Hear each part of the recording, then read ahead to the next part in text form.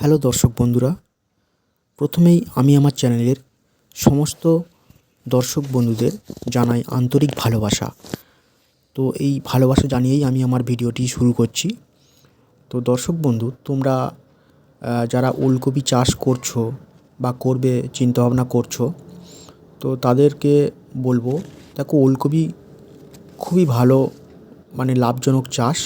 তো ফুলকপির তুলনায় ফুলকপির তুলনায় আমি বলবো ওলকপি চাষ করাটা অনেক ভালো।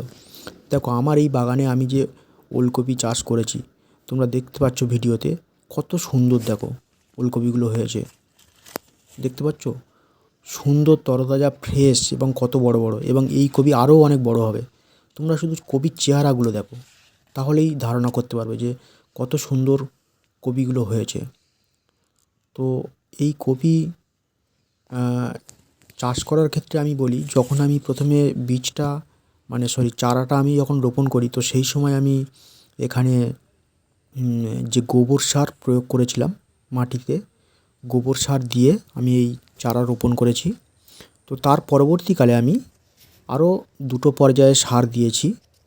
তো সেটা হচ্ছে সুফলা সার, এবং তার সাথে আমি দিয়েছি খোল সার।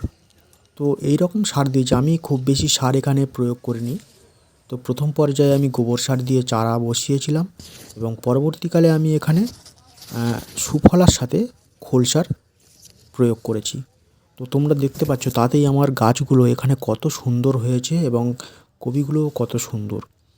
আর সেই ক্ষেত্রে দেখো এই যে চারাগুলো তোমরা এখন দেখতে পাচ্ছ, তো এই চারাগুলো কিন্তু আমি আগের যে চারাগুলো ছিল তারপরে এইগুলো বসানো, এগুলো অনেক কিছুটা পরে বসানো। তো তার জন্যে গাছগুলোও কপিগুলো এখনও অতটা বড় হয়নি, এখনও বাকি আছে। কিন্তু এর গাছগুলো দেখো বন্ধুরা, কত সুন্দর গাছ, এবং এর পাতাগুলো দেখো রোগমুক্ত, কত সুন্দর গাছ। আর এই দেখছো আমার আলু গাছ, তো চারিদিকে সবুজ হয়ে রয়েছে, কত সুন্দর আলু গাছ দেখো, দেখলে প্রাণ জুড়িয়ে যায়। সবাই ভালো থেকো, দেখা হবে আবার পরের ভিডিওতে।